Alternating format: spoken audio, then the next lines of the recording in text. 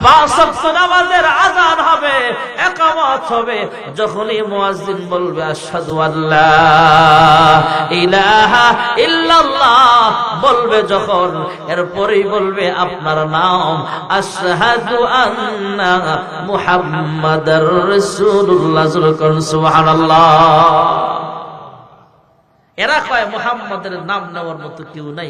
আমরা তো ১৫০০ বছর পরের উলামায়ে কেরাম, ১৫০০ বছর পরের উম্মত বলতে পারি, শুধু নবীর নাম না, নবীর জন্য জীবনটাও দিতে পারে। ঠিক না বেঠিক?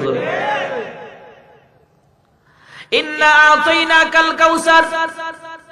কাফেররা বলে আপনার নাম নেওয়ার মতো কেউ নাই, আমি আল্লাহ সিস্টেম চালু করে দিলাম।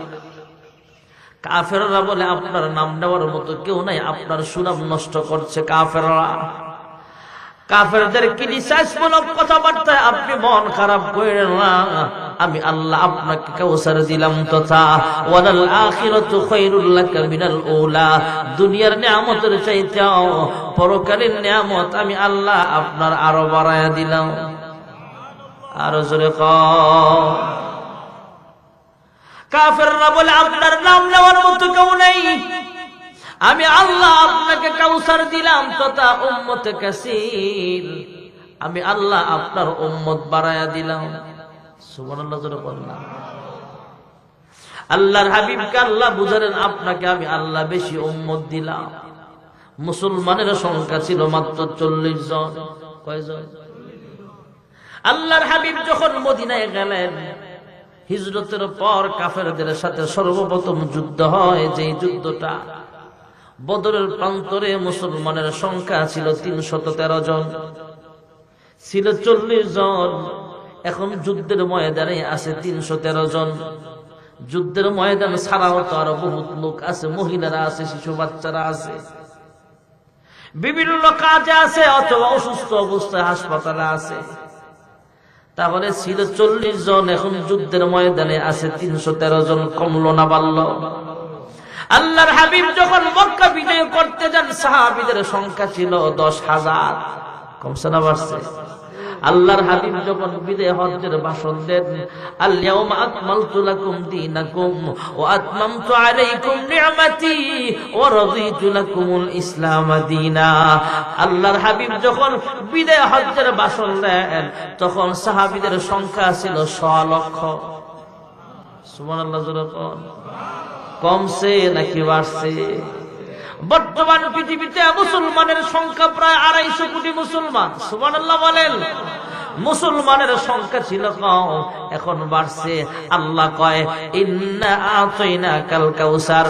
আপনার ছেলে নাই, ছেলে মারা গেছে, দুঃখ নিয়েন না, কষ্ট নিয়েন না, আমি আল্লাহ আপনাকে উম্মত বাড়ায়া দিলাম। জোরে কোন সুবহানাল্লাহ। আল্লাহর হাবিব বলেন, হাসরের কঠিন ময়দানে আদম পয়গম্বর উম্মত নিয়ে দাঁড়ায়া যাবে। সমস্ত নবীরা আপন আপন উম্মতদেরকে নিয়ে জান্নাতে যাবে, আর আমি উম্মতদেরকে নিয়ে আল্লাহ তাআলার সামনে দাঁড়ায়া যাব। তবে সবচেয়ে বেশি উম্মত থাকবে আমার। জোরে কোন সুবহানাল্লাহ। ইন্না আতাইনাকাল কাউসার। কাউসারের একটা ব্যাখ্যা হলো উম্মত বেশি হওয়া। সুবহানাল্লাহ। ইন্না আতাইনাকাল কাউসার, আমি আল্লাহ তাআলা আপনাকে কাউসার দিলাম। ফাসাল্লি লিরাব্বিকা ওয়ানহার। অতএব আপনি নামাজ পড়েন, কুরবানি করেন। নামাজ পড়া শারীরিক আমল, কুরবানি করা মালের সাথে সম্পর্কিত আমল।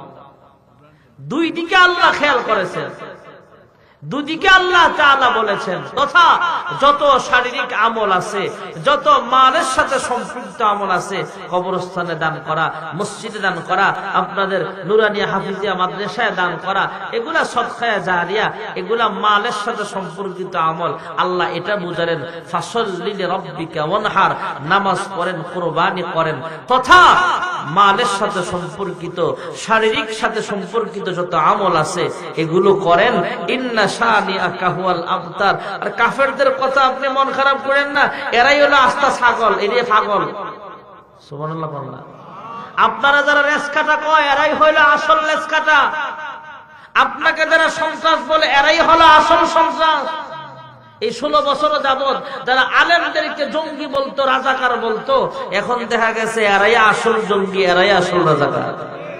আলেম যখন জেলখানায় যাইতো, আদালতে যাইতো, মানুষ দেখলে সালাম দিত, দোয়া নিত, আর এই চোর বাটফারদেরকে আদালত চত্বরে পাইলে ফসা ডিম দিয়ে ঢিল মারে, জুতা মারে। ঠিক না বেটে?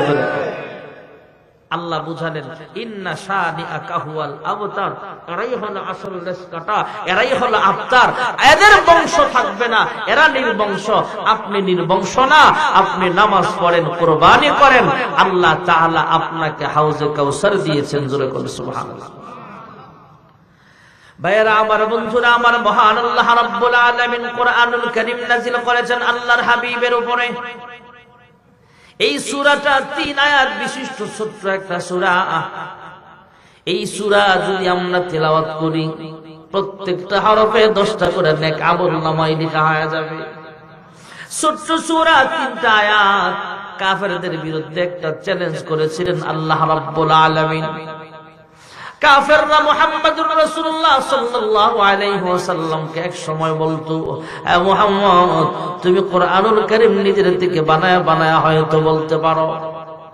আল্লাহ রাব্বুল আলামিন কাফেরদের বিরুদ্ধে এই প্রশ্নের জবাবে 3টা চ্যালেঞ্জ করেছিলেন। 1 নম্বরের চ্যালেঞ্জ হলো বিমিসলি হাদাল কোরআন। আল্লাহ তাআলা কোরআনুল কারীমের আয়াতের মাধ্যমে জানায়া দিলেন, হ্যাঁ কাফেররা, মুহাম্মদুর রাসূলুল্লাহ সাল্লাল্লাহু আলাইহি ওয়াসাল্লাম যদি কোরআন বানায়া বলতে পারে, তোমাদের মধ্যেও ভাষাবিদ আছে, পারলে তোমরা 30 পারা সম্বলিত আরেকটা কোরআন বানায়া আনো। পারছে বানাইতে? জোরে কোন পারছে? দোয়া হয় যে বুঝছেন না, পারছে বানাইতে। আল্লাহ রাব্বুল আলামিন চ্যালেঞ্জ আরেকটু ছোট করে দিলেন, বিআশরি সুওয়ারিন বিমিসলিহি মুফতারায়াত। কোরআনুল কারীমের 10 সূরার সমপরিমাণ 10টা সূরা তোমরা বানায়া আনো। পারছে বানাইতে? তাও পারে নাই। আল্লাহ তাআলা চ্যালেঞ্জ একদম ছোট করে দিলেন।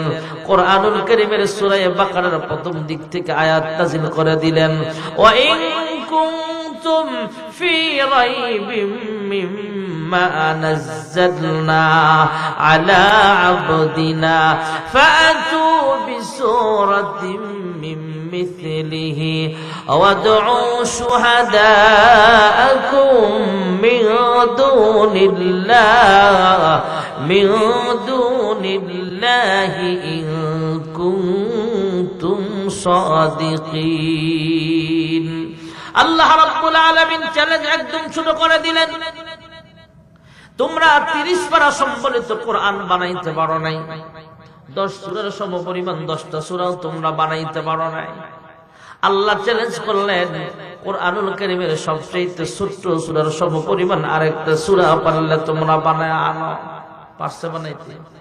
আল্লাহর হাবিব লিখে দিলেন, ইন্না আ'তাইনাকাল কাউসার। হাসান বিন সাবিত সহ আরবের বড় বড় শায়েরা লিখতে আরম্ভ করে দিলেন, ইন্না আ'তাইনাকাল কাউসার। গবেষণা আরম্ভ করে দিলেন, কি বানানো যায়, চিন্তা ভাবনা করে খুঁজে পায় না।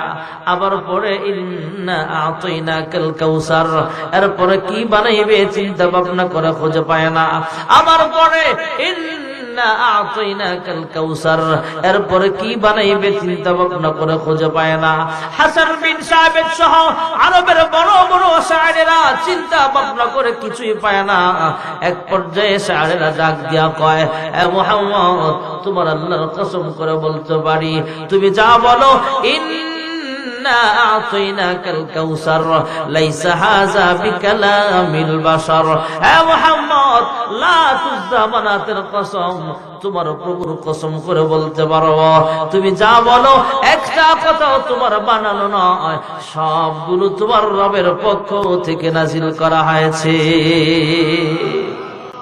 এই কোরআনুল কারীম আল্লাহ তাআলা আল্লাহর হাবিবের উপর নাযিল করেছেন বিভিন্ন সময়ে বিভিন্ন ভাবে।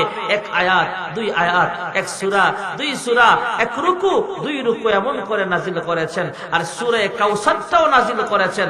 আল্লাহর হাবিবের ছেলে মারা গেছে, মন খারাপ, কাফেররা ক্রিটিসাইজ করে আল্লাহর হাবিবকে সান্ত্বনা দেওয়ার জন্য যদিও ছোট্ট একটা সূরা, এর আলোচনা ব্যাপক, কতগুলো কথা আল্লাহ ঢুকাইয়া দিয়েছেন।